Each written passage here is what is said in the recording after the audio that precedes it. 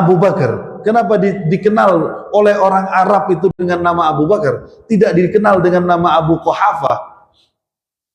Yang kedua, minal mubakkirina fil Islam, orang yang pertama kali masuk Islam.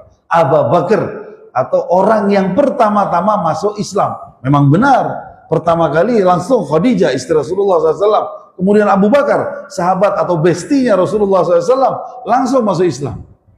Dikatakan as-siddiq adalah yang dapat dipercaya karena apa? Karena mempercayai kisah tentang Ka'bah, kisah tentang perjalanan Rasulullah SAW. Ini hanya Abu Bakar, dan yang lain diam, tidak berani berstatement keras atau tegas di hadapan seluruh orang-orang Arab atau Quraisy yang ada. Maka ketika dipertontonkan, orang-orang Quraisy bertujuh itu mengatakan, ditanya, wahai kafil dari keluarga fulan, apakah benar unta kalian pernah hilang? Oh iya, 3 hari yang lalu, 3 hari 2 malam yang lalu, unta kami pernah hilang. Kemudian bagaimana untamu ketemu? Aku mendengar suara dari atas, tapi kecepatannya tinggi, sehingga kau tidak bisa melihat siapa yang ada di atas. Tapi bahasanya bahasa kita, bahasa yang disampaikan, bahasa Arabnya itu bahasa kita, bahasa Quraisy. Maka aku bertanya-tanya, suaranya pun aku sepertinya pernah kenal orang tersebut. Tapi aku bingung, siapakah gerangan? Apa yang dia katakan? Dia menceritakan tentang untaku begini, dan lain sebagainya. Kena gulungan angin, padang pasir, kemudian terhentak, kemudian di sini jadi gunung, kemudian tersembunyi di sini, kemudian unta kami ketemu. Padahal kami mencari ke sebelah utara tidak ketemu. Maka semua orang Quraisy mengatakan, shadaqa Rasulullah sallallahu alaihi wasallam. Benar apa yang dikatakan oleh Rasulullah sallallahu alaihi wasallam. Maka amrun khariq, mu'jizah artinya amrun khariq, sesuatu yang benar-benar di luar akal pikiran manusia. Sesuatu yang di luar akal pikiran manusia ini kita hanya bisa mempercayainya dengan satu hal, at-tasdiq atau belief. Kita percaya dengan apa yang disampaikan oleh Allah Subhanahu wa Ta'ala kepada Rasulullah SAW yang kemudian menjadi mu'jizatnya. Maka bapak-bapak dan ibu-ibu sekalian, man arada ayyukallimallah falyaqra'il Qur'an. Barang siapa yang ingin mengobrol langsung dengan Allah, ingin berbicara dengan Allah, ingin langsung diskus dengan Allah, falyaqra'il Qur'an, maka bacalah Al-Quran. Karena Al-Quran adalah kalamullah, kata-kata Allah semuanya tertuang di dalam kitab ini. Maka kalau kita mau berkata-kata atau mau berbicara dengan Allah, ngobrollah dengan cara membaca Al-Quran.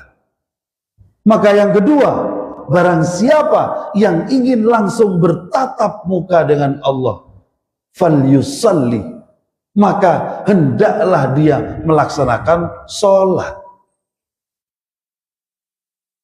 Satu hal lagi, ketika Rasulullah SAW pulang dari tempat tersebut, Rasulullah SAW mengatakan kepada Jibril, kepada Bilal bin Rabah. Tadi kita kutip tentang Ka'bah di awal tentang Bilal. Ya Bilal, lima sabaqtanil jannah, kata Rasulullah. Wahai Bilal, dengan apa engkau mendahului aku masuk ke surga? Bilal pun terkejut. Bagaimana dengan surga ya Rasulullah? Kok engkau mengatakan aku lebih dulu daripada engkau masuk surga? Padahal aku belum tahu keadaan surga. Tapi engkaulah yang baru pulang dari surga.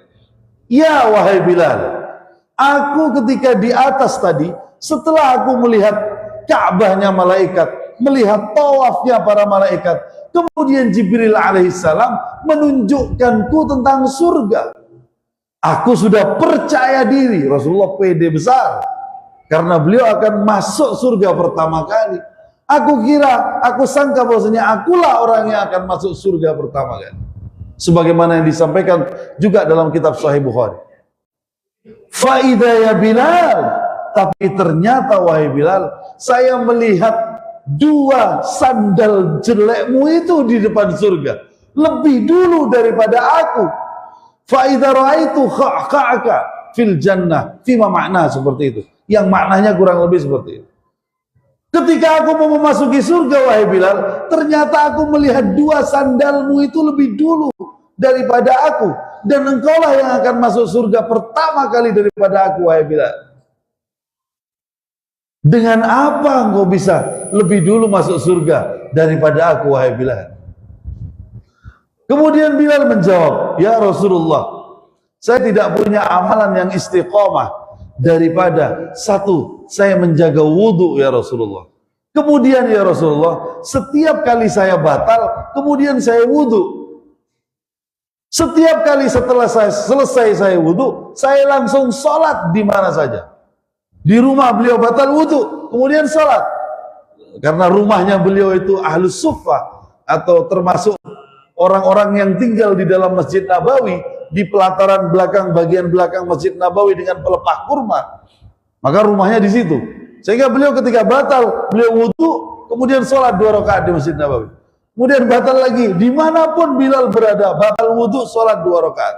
Bihadza ya Bilal. Dengan ini wahai Bilal, kamu mendahului aku masuk surga. Dan kamu orang yang pertama kali masuk surga kelak fi yaumil qiyamah. Aku qouli hadza wastaghfirullahal azim li wa lakum wa lisairil muslimina wal muslimat fastaghfiruh innahu huwal ghafurur rahim. Silakan kami buka sesi pertanyaannya. Bismillah. Terima kasih kami sampaikan kepada Ustaz Dr. Munir Al-Hamimi. Kepada para jemaah, monggo kita beri 3 pertanyaan G. Mungkin dari ibu-ibu 1, dari bapak-bapak 2 untuk bertanya. Bertanya boleh Ustaz, sekitar tadi yang disampaikan jenengan atau di luar boleh. Monggo, monggo. Ini diberikan kesempatan untuk bertanya sesuai dengan apa yang tadi disampaikan atau di luar yang tema tadi sudah disampaikan. Monggo, mungkin dari ibu yang di bawah mungkin bisa ada mic-nya di bawah. Ada. Monggo. Iya, monggo. 2 dari bapak-bapak, 1 dari ibu. Monggo. Pas itu. Mungkin dari ibu dulu. Pas itu 2 bapak. Lir rijali mislu hadzal usayn. Iya. Monggo. Monggo ada yang tanya, monggo Pak, enggak usah mana-mana. Nggih, monggo. Bahasa Indonesia boleh. Bahasa Jawa boleh. Bahasa Madura boleh. Boleh, saya paham juga bahasa Madura. Saya paham bahasa Madura. Oh, iya. Iya. Monggo. Monggo, oke. Monggo yang mau tanya, boleh. Boleh berdiri, monggo. Masya Allah, tabarakallah. Assalamualaikum warahmatullahi. Waalaikumsalam warahmatullahi wabarakatuh. Ini Pak Ustaz dan bagaimana menggunakan Al-Quran dan berbeda.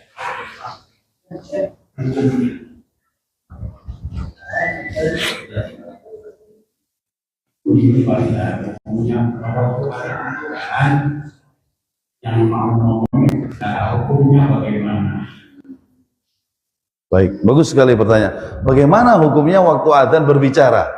Baik, silakan penanya kedua. Mungkin yang kedua, monggo bapak dulu. Langsung, oke, nanti kita langsung saja. Ini nanti, oh ini. Monggo. Yang bertanya nanti sampai waktu 1. Masya Allah, alhamdulillah.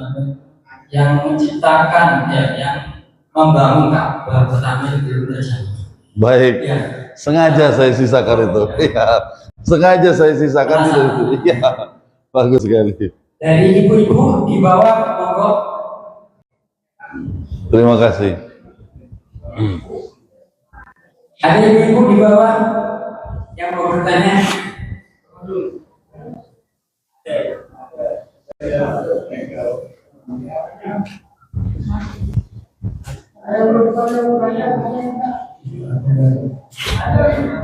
Ada monggo. Oh iya, tidak apa-apa. Kita jawab 2 dulu. Ya. Baik. Bismillahirrahmanirrahim. Pertama, pada zaman Utsman bin Affan, zaman Umar bin Khattab kejadian itu banyak sekali. Pada zaman Umar bin Khattab itu berbeda dengan zaman Rasulullah SAW. Pada zaman Rasulullah SAW, ketika bulan suci Ramadan, Rasulullah SAW sholat Isya. Setelah selesai sholat Isya, sahabat pada pulang, kemudian ke rumahnya, tinggal sedikit sahabat saja ada di Masjid Nabawi. Kemudian tiba-tiba Rasulullah SAW berdiri mengajak melaksanakan sholat tarawih berjamaah dengan beliau.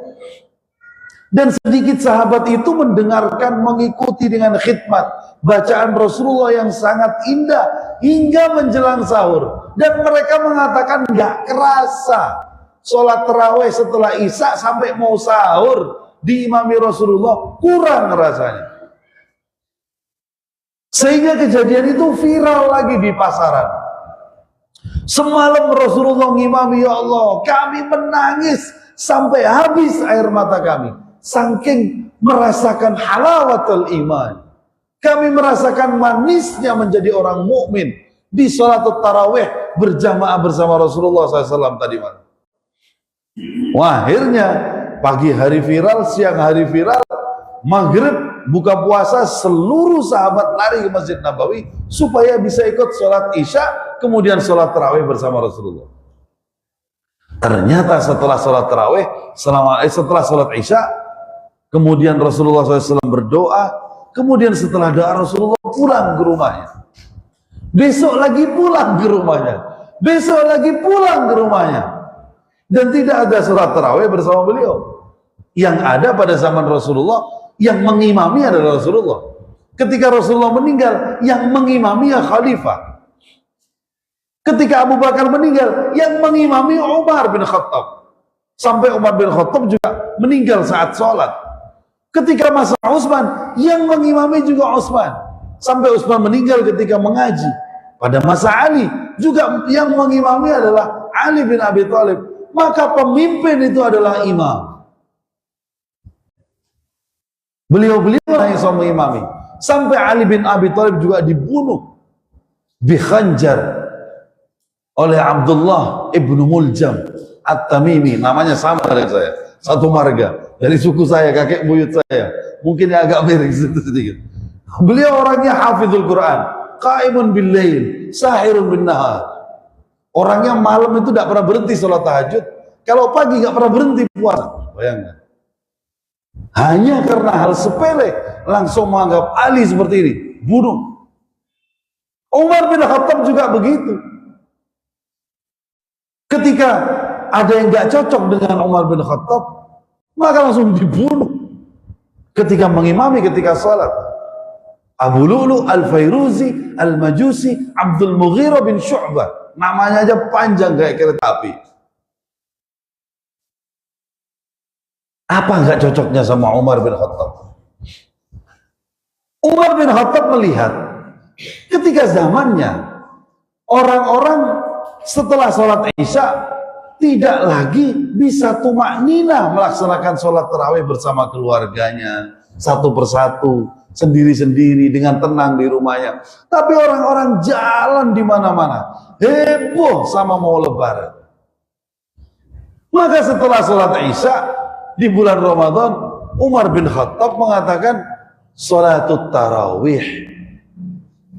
Diadakanlah sholat tarawih secara berjamaah setiap hari. Dihujat Umar bin Khattab. Rasulullah nggak pernah mewajibkan sholat tarawih berjamaah. Rasulullah melakukan itu yang kami ingat sekali. Kemudian besoknya kami tunggu gak ada, besoknya tidak ada, sampai akhir hayatnya beliau gak ada juga sholat tarawih. Jangan mentang-mentang kamu wahai Umar, dikatakan oleh Rasulullah, jika seandainya akan ada nabi setelah aku wafat, maka yang paling layak menjadi nabi adalah Umar. Jangan mentang-mentang Rasulullah mengatakan itu, kemudian kamu mau jadi nabi baru, membuat syariat baru, sholat tarawih dibuat berjamaah di masjid. Begitu orang Arab itu. Ya sahabat, gak cocok ini dibunuh. Utsman bin Affan, selain kasus yang beliau tunjuk adalah kerabat-kerabatnya, teman-temannya, supaya tidak ada nepotisme, supaya tidak ada korupsi, tapi malah dibilang nepotisme. Ada lagi Utsman bin Affan. Ketika sholat Jumat, Allahu Akbar, Allahu Akbar, adzan. Sampai akhir adzan selesai, masjid masih kosong pada zaman Utsman bin Affan. Lalu Utsman bin Affan melihat, ya Allah, gimana ini sholat Jumat? Ya ayyuhalladzina amanu idza nudiya lis-salati min yaumil jumu'ah fas'au ila dzikrillah. Ayatnya jelas. Tapi ketika azan ini, suara pasar itu lebih ramai daripada suara masjid atau azan masjid. Sehingga Utsman bin Affan memerintahkan muadzin, satu kali kamu azan di masjid, nanti setelah beberapa menit kamu ke tengah pasar, azan di tengah-tengah pasar, supaya tutup toko-tokonya itu. Jangan sibuk aja dengan kerjaan. Ini hari Jumat, bukan sholat zuhur. Kita harus mendengarkan khutbah Jumat. Maka ada azan 2 kali, dihujat lagi. Rasulullah nggak pernah melakukan itu dan lain sebagainya. Umar bin Khattab mengatakan apa? Khairu bid'ati hadza. Sebaik-baiknya bid'ah yang aku wariskan adalah ya ini, mewariskan sholatut tarawih lil maslahah, daripada orang nggak sholat tarawih, nggak sholat di rumahnya, nggak sholat di masjid, kelayapan, keluyuran, nongkrong di mana-mana. Maka dibuatlah semacam ini untuk istifadah dan bersama-sama. Termasuk azan tadi. Bagaimana kalau kita tidak mendengarkan azan? Persis kejadian seperti zaman Utsman bin Affan. Azan sholat Jumat saja ramai pasar. Sehingga disuruh azan lagi di tengah-tengah pasar supaya seluruh manusia mendengar dan bisa menjawab azan. Azan yang kita dianjurkan atau disunnahkan untuk kita dengar itu hukumnya sunnah, dan disunnahkan lagi kita untuk menjawab azan karena itu panggilan dari Allah Subhanahu wa ta'ala. Jika kita dalam satu waktu mendengar azan, kemudian kita dalam tugas, dalam hal yang sangat mendesak, maka itu diperbolehkan, tapi lebih baik kita hindari, atau lebih baik di dalam forum munasabah seperti ini, jika telah tiba waktu azan, kita dengarkan azan dengan hikmat, kemudian kita jawab satu persatu. Kira-kira begitu, semoga dapat menjawab. Oke, matur nuwun. Yang kedua, siapa tadi yang mendirikan Ka'bah pertama kali? Allah Subhanahu wa taala berfirman di dalam Al-Qur'an, A'udzubillahi minasyaitonirrajim, Bismillahirrahmanirrahim. Idh yarfa'u Ibrahim al-qawa'ida minal bait wa Ismail. Renung-renungkanlah wahai hambaku, kata Allah, ketika Nabi Ibrahim bersama putranya Ismail meninggikan kembali pondasi Ka'bah. Idh yarfa itu meninggikan. Kalau iya benih artinya membangun total. Nabi Ibrahim itu tidak membangun total Ka'bah, tapi meninggikan pondasi yang sudah ada. Imam Syafi'i mengatakan, wal baitu la yubtana illa lahu imad. Rumah itu tidak akan bisa berdiri kecuali ada tiang. Masjid ini tidak akan berdiri jika tidak ada tiang-tiang 4 yang menyangga yang kuat dan kokoh. Wala imada idza lam tursa autad, kata Imam Syafi'i. Dan tiang-tiang ini tidak akan berdiri tegak kokoh jika tidak ada pondasi. Betul nggak? Fa in tajamma'a autad wa a'midah balaghul amra alladhi kan. Jika tiang pondasi bersatu, kita bisa bangun berapa lantai pun. Masjid ini mau dibangun 4 lantai, ada ukurannya. Pondasinya sekian, tiangnya sekian, dan lain sebagainya. Begitu juga Ka'bah. Kalaulah Al-Quran sudah menjawab, yang membangun pertama kali Ka'bah bukan Nabi Ibrahim dan Nabi Ismail, tapi Nabi Ibrahim dan Nabi Ismail, kata Al-Quran atau kata Allah, beliau meninggikan pondasi yang sudah ada. Idh yarfa Ibrahim wa Ismail al-qawa'id. Renung-renungkanlah ketika Nabi Ibrahim dan Nabi Ismail meninggikan al-qawa'id. Al-qawa'id itu artinya pondasi. meninggikan pondasi Ka'bah yang aku tutup rapat-rapat. Maka flashback ke belakang, ketika Nabiullah Adam melihat dan diceritakan oleh Jibril alaihissalam, ngapain malaikat itu muter-muter wahai Jibril? Oh dulu ceritanya begini saya ceritakan tadi. Sehingga bentuk pertaubatannya para malaikat atas dosa menjawab dan tidak yakin dengan keesaan Allah, mereka tobatnya dengan melaksanakan tawaf. Oh, masuk ke dalam benaknya Nabi Adam. Oh, begitu ya? Iya. Jadi sampai kapan? Sampai akhir hayat. Ila yaumil qiyamah ini akan melaksanakan tawaf. Baik. Maka ketika Nabiullah Adam kemudian beliau melanggar dan akan diturunkan ke bumi oleh Allah, yang ada di benak Nabi Adam tadi di pertama, kalau melakukan dosa, pertaubatannya adalah melakukan tawaf. Sehingga Nabiullah Adam meminta kepada Allah, ya Allah. Jelas sekali dalam Sahih Bukhari dikatakan, dalam banyak riwayat dikatakan, Ibnu Hisam juga dalam kitabnya menjelaskan, ya Allah, dirikanlah aku rumahmu, tempat pertobatan bagi aku, sebagaimana tempat pertobatan bagi malaikat di dunia atau di tempat yang engkau akan turunkan aku. Allah iyakan itu, maka kemudian Allah memerintahkan kepada Jibril alaihissalam untuk membangun Ka'bah di bumi, persis posisinya di bawah Ka'bahnya malaikat yang berada di Baitul Ma'mur, sebagai tempat pertaubatannya Nabi Adam bersama anak cucunya atas segala dosa-dosa yang kita perbuat. Maka dikatakan Jibril alaihissalam, walladzi banal Ka'bah bi iradatillah wa bi amrillah, atas perintah Allah, atas kehendak Allah. Thumma Jibril alaihissalam alladzi wada'an nusus, Jibril alaihissalam juga yang mengantarkan Nabiullah Adam bahwasanya ini loh batas teritorial tanah haram yang ada di sekitar Ka'bah. Kemudian diulangi oleh Nabi Ibrahim alaihissalam. Karena ketika zaman Nabi Adam, Nabi Idris masih ada Ka'bah, ada. Cuma literasi tentang Nabi Idris gak ada yang sampai ke kita. Literasi tentang Nabi Adam gak banyak yang sampai kepada kita, kecuali dari ahadis al-Qudsiyah, dari hadis-hadis Qudsi yang kalimatnya datang dari Allah langsung kepada Rasulullah, biasanya didengarkan ketika tidur dengan mimpi. Muncullah hadis Qudsi, kemudian yang menyampaikan langsung Rasulullah, tapi itu bukan Al-Quran. Kalau Al-Quran melalui perantara Jibril alaihissalam, pasti melalui malaikat Jibril.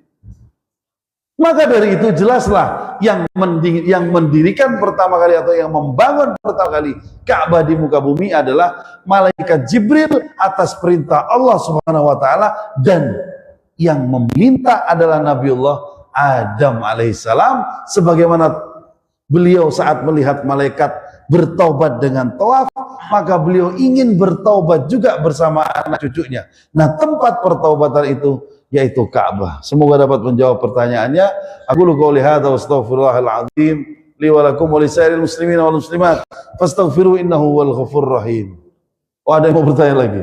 Monggo silakan. Ada yang mau tanya? Monggo silakan. Bismillahirrahmanirrahim. Satu lagi tadi. Dengan senang hati.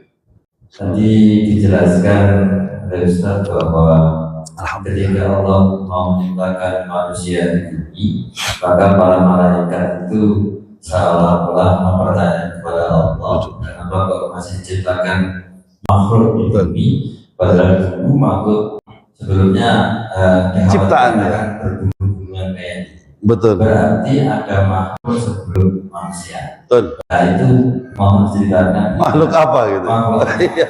Kemudian juga apakah kemudian iblis yang makhluk akhirnya membuat Nabi Adam diturunkan dari surga itu apakah bagian dari makhluk itu? Terima kasih. Pertanyaan sangat luar biasa. Tidak banyak literasi, kami sampaikan tadi, tidak banyak literasi yang sampai kepada kita tentang era-era Nabi Adam, apalagi before Nabi Adam hingga Nabi Nuh, Itu tidak banyak literasi yang masuk ke kita. Adapun yang masuk dalam suhuf, dalam lembaran-lembaran atau di dalam kitab-kitab para ulama, bahwasanya siapa sih yang ditanyakan oleh malaikat itu tadi? Maksud malaikat itu ciptaan Allah sebelumnya itu siapa? Maka ulama menjelaskan salah satunya adalah jin, iblis dan lain sebagainya. Tapi pasti dalam statement ini bukan hanya itu ciptaan Allah sebelumnya. Karena Allah punya ciptaan lain. Karena kalau jin iblis itu tidak pertumpahan darah, betul ya? Jin iblis itu kan terbuat dari api dan tidak tampak pertumpahan darah. Saling sikut, saling ini, saling segala macam. Maka ada ciptaan Allah yang lainnya sebelum manusia, sebelum kita, yaitu ciptaan yang bahasanya tidak jadi atau dimusnahkan kembali. Namun ciptaan itu hingga saat ini tidak ada hadis Al-Quran atau hadis qudsi yang menyebutkan atau nyampe kepada kita.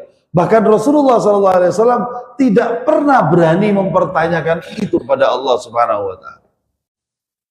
Sehingga perkiraan atau prediksi para ulama, salah satu ciptaannya yang ada ya jin, iblis, ifrit itu. Mereka pun di antara tiga itu, di antara jin sendiri pertumpahan darah, di antara ifrit sendiri pertumpahan darah. Ifrit itu kan dikatakan di Al-Quran, ifritun minal jin. Ifrit itu bagian dari jin, tapi rajanya jin atau komunitas jin yang paling tinggi, yang memenangi pertumpahan darah antar jin. Sehingga ifritlah itu rajanya. Dari literasi ini atau dari dalil Al-Quran ini, kita dapat menyimpulkan sebagaimana disimpulkan oleh para ulama bahwasanya makhluk ciptaan sebelum manusia ini yang sering pertumpahan darah yang disebutkan oleh malaikat itu salah satunya adalah jin, iblis, ifrit. Karena yang memenangi pertumpahan darah mereka sehingga menjadi raja adalah ifrit. Bahkan Al-Quran menyebutkan literasi itu atau menjelaskan itu, Allah pun menyampaikan ifritun minal jin. Ifrit adalah rajanya jin. Kira-kira begitu, semoga dapat menjawab. Selain itu tidak ada literasi lainnya. Wallahu a'lam bishawab. Iya, betul. Wah, Ustaz Munawar, guru saya di mana bertanya. Masya Allah, Haji. Waalaikumsalam warahmatullahi wabarakatuh. Ini di era Dzulhijjah. Masya Allah. Pertanyaan ini apa motivasi dan refleksi orang muslim yang berkorban? Masya Allah. Masya Allah, tabarakallah. Waalaikumsalam warahmatullahi wabarakatuh. Pertama, fi ashhuril hajj. Bulan Dzulhijjah adalah bulan-bulan haji. Dikatakan di dalam Al-Quran, al-hajju ashhurum ma'lumat. Bulan haji itu pada bulan-bulan tertentu. Ini banyak yang menyalahartikan. Belum masuk ke jawaban Ustaz Munawar. Banyak yang menyalahartikan. Bahkan orang-orang Syiah itu mengatakan haji loh disebut di Al-Quran ashhurum ma'lumat. Ashhur itu kan jamak min syahrin, jamak dari satu bulan. Syahrun, syahroni, ashhur. Berarti haji itu boleh dilakukan di bulan selain Dzulhijjah. Karena Al-Quran mengatakan ashhur, di lebih dari 3 bulan. Kalau gitu kita bisa haji di bulan Muharram, atau kita bisa haji di bulan Ramadan. Al-Quran lo memperbolehkan. Tidak begitu maksudnya. Maksudnya Al-Quran adalah al-hajju ashhurum ma'lumat. Kita berangkat haji itu perlu proses panjang pada zaman dahulu. Nenek moyang kita dari sini perlu 40 hari. Dari Afrika perlu 35 hari. Dari mana-mana perlu waktu panjang. Sehingga orang-orang pada zaman itu, sejak zaman pertama kali haji, adanya syariat haji, yaitu pada zaman Nabi Ibrahim alaihissalam, sudah dijelaskan bulan-bulan haji berangkatnya di akhir Syawal atau masih di bulan Syawal. Bulan Dzulqa'dah itu di perjalanan menuju Mekah, dan ada yang sampai di Mekah pertengahan atau akhir Dzulqa'dah. Ketika sampai di Mekah itu perlu istirahat, perjalanan 40 hari, 35 hari, ada yang 50 hari. Perlu istirahat, perlu ibadah tumakninah. Sehingga di bulan Dzulhijjah melaksanakan hajinya bisa totalitas. Selesai haji, selesai Dzulhijjah pada hari-hari ayyamut tasyrik, menyelesaikan Arafat dengan nafar awal atau nafar sani, dua-duanya boleh, dua-duanya sah, dua-duanya tidak boleh dipermasalahkan. Kemudian pulang ke kampung halamannya, sampailah biasanya di bulan Muharram. Bulan Muharram capek-capeknya orang pulang dari haji, maka haram semuanya, termasuk qital. Tidak diperbolehkan berperang. Untuk bulan Dzulqa'dah, Dzulhijjah adalah syahrul dzabah, syahr, bulan di mana bulan ini bulannya untuk kita menyembelih, di bulan Dzulhijjah. Tapi bulan Dzulqa'dah adalah bulan untuk mempersiapkan itu. Kita ini negara Islam dunia kedua, kurang lebih sama dengan negara-negara Islam dunia kedua lainnya yang setara. Tidak dunia pertama, tidak yang rankingnya ranking atas. Arab Saudi rankingnya ranking atas secara perekonomian dan lain sebagainya. Nah, kita itu sama dengan Pakistan. Saya pernah hidup di Pakistan, ngambil S2. Kemudian ketika kuliah itu ada hal yang unik. Di Pakistan itu negerinya kurang lebih sama seperti kita. Kehidupannya, mata uangnya, di ibu kota saya tinggal di Islamabad, di ibu kota sama kurang lebih dengan Jakarta, Surabaya. Uniknya, ketika datang bulan Dzulhijjah sampai ke Idul Adha, sampai waktu nyembelih, hampir satu negara itu setiap rumah punya hewan kurban, sehingga hampir kita susah untuk melihat orang meminta atau mencari atau antrian kupon hewan kurban seperti yang ada di negara kita. Padahal Pakistan adalah negara Islam terbesar di dunia saat ini. Tidak lagi Indonesia. Indonesia sudah disalib dari sisi populasi. Kalau dulu kita bisa mengatakan a biggest Muslim population in the world, populasi Islam terbesar di dunia. Tidak, sekarang tidak lagi Indonesia. Kita nomor 2 sekarang. Sudah disalib sama Pakistan populasinya. Di sana, saya pernah mampir ke rumah sahabat saya, teman saya sekamar berasal dari Kashmir. Jadi kita sekamar bertiga. Saya Indonesia, kemudian yang satu lagi orang Kashmir, Pakistan, kemudian yang satu lagi orang Yordan. Jadi 3 bahasa ini. Bahasa Urdu, bahasa Arab, bahasa Indonesia. Di kamar itu yang orang Yordan gak bisa bahasa Inggris, gak bisa bahasa Pakistan. Kemudian yang orang Pakistan bisanya bahasa Inggris, gak bisa bahasa Arab. Untung saya ada di tengah-tengah sebagai wasit. Orang Indonesia bisa bahasa Arab, bisa bahasa Inggris. So, jadi kalau orang Yordan mau ngomong ke orang Pakistan, ngomong ke saya nerjemahkan ke dia pakai bahasa Inggris. Orang Pakistan mau ngomong ke orang Yordan, bilang ke saya pakai bahasa Inggris, ini keluar pakai bahasa Arab. Sampai orang Yordan bilang, kok sakti kamu orang Indonesia? Kenapa? Ditepuk sini bahasa Inggris, keluarnya bahasa Arab. Ditepuk sini dan lain sebagainya. Di Kashmir, saya pikir orang teman saya itu orang kaya raya. Karena orangnya itu ganteng, Shahruhan kalah ganteng. Bayangkan, Shahruhan masih kalah ganteng, Amir Khan kalah ganteng. Penampilannya nicis, rapi, bagus, klimis, putih, bagus, kemerah-merahan. Belum gagah, olahraga besar badannya, keker. Ikutlah Munif ke tempat saya, ayo saya ikut. Ikut ke kampungnya dia itu, ternyata gunung rumahnya. Gunung yang begitu indah, tumbuhan itu luar biasa, dan ada sebuah tempat yang namanya salju abadi. Di situ salju selamanya. Mau musim dingin, musim panas, musim semi, musim apa, full salju. Rumahnya ya gedek, seperti rumah Indonesia gedek, cuma terbuat dari kayu-kayu yang ditambal-tambal. Acaranya apa? Liburan Idul Adha. Rumah segedek itu, kerjaan bapak ibunya ngambilin kayu di hutan-hutan, kemudian dijual, kemudian ngambilin rumput, terus dikeringkan untuk makanan hewan di musim dingin, kan begitu, diolah. Itu kalau bahasa kita tukang ngarit. Kemudian di rumahnya itu ada sebuah gentong yang isinya itu uang ricing, kericik, 1 rupiah, 2 rupiah, 5 rupiah.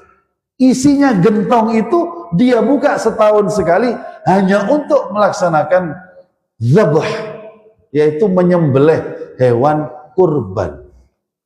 Jadi tukang ngarit di sana, tukang cari kayu pun menyembelih hewan kurban. Berbesar hatinya. Saya tanya, Bapak ini kan menghidupi sehari-hari aja susah, Pak. Wah, sangat susah. Kamu mau ke sini itu saya mikir, mau saya kasih makan apa teman saya ini? Dari negara asing, Indonesia, wah segala macam. Indonesia Muslim brother, saudara seiman. Sedangkan saya nggak punya makanan di sini. Tapi saya punya makanan pada saat Idul Adha. Ya makan kulupan itu, kulupannya di sana itu masakan-masakan hijau kayak kita lodeh atau apa yang warna hijau, kangkung lah ya. Kalau mungkin di Madura merongki gitu ya. Merongki itu unik masaknya, Pak. Merongki itu kayak merongki warna hijau-hijau itu dimasukkan ke presto, ditutup sampai jadi bubur di presto itu, kemudian dimakan pakai roti. Saya bilang makan di depan rumah sambil ngelihat sapi itu, kok sama dengan yang keluar dari sapi. Semiskin itu, sebesar itu hatinya. Pada hari Idul Adha dia berkorban. Apa saya tanya? Kok bisa untuk makan aja susah? Kok bisa besar hatinya untuk berkorban? Sederhana dia jawab. Saya masih mending bisa berkorban kambing. Bagaimana kalau saya di posisi Nabi Ibrahim alaihissalam harus menyembelih anak saya? Iman saya tidak setinggi itu kualitas. Maka jangan sampai saya diuji seperti Nabi Ibrahim oleh Allah. Maka setiap hari saya jual kayu, saya jual rumput, saya selipkan 1 rupes, 2 rupes. 1 rupes itu sedikit, Pak. 1 rupes itu 1.000, 2 rupes itu 2.000. Tidak pernah lebih dari 10 rupes. Istri saya juga menjadi pembantu rumah tangga. Orang miskin sekali itu ternyata teman saya. Ya Allah, tampilannya kayak orang keren, ternyata orang miskin. Jadi hikmahnya adalah, mari kita berkorban. Sebelum Allah menguji kita, ujian yang kita tidak akan mampu melaksanakannya. Ujian apa? Nabi Ibrahim mungkin karena perintah. Mulham, kalamul anbiya ilham. Kata-kata Nabi itu ilham. Beliau mendengar dari mimpi, itu langsung dari Allah dan harus dilaksanakan. Itu ujian. Maka Al-Quran mengatakan, wa idzibtala Ibrahim rabbuhu bikalimat fa'atammahun. Renung-renungkanlah wahai hambaku, ketika aku menguji Nabi Ibrahim dengan jutaan, bahkan miliaran ujian. Fa'atammahun. Sempurnanya Nabi Ibrahim adalah melengkapi seluruh ujian-ujian Allah. Tidak ada satu ujian yang tidak dilakukan. Dan salah satu ujian terberat adalah mengorbankan anaknya. Mungkin tidak akan ada perintah kita untuk menyembelih anak kita. Tapi bagaimana kalau kita diuji dengan cara lain? Anak-anak kita di depan mata kita. Kita tidak akan kuat. Maka sebelum anak-anak kita diuji oleh Allah, mari kita korbankan sebaik-baik udhiyah, sebaik-baik persembahan kita untuk Allah. La yanalullahu luhumuha, kata Rasulullah sallallahu alaihi wasallam. Allah tidak akan butuh darahnya, wala dimauha. Allah tidak akan butuh dagingnya. Allah tidak akan butuh darahnya, walakin yanalut taqwa minkum. Tapi yang Allah butuhkan adalah ketakwaan dari kita.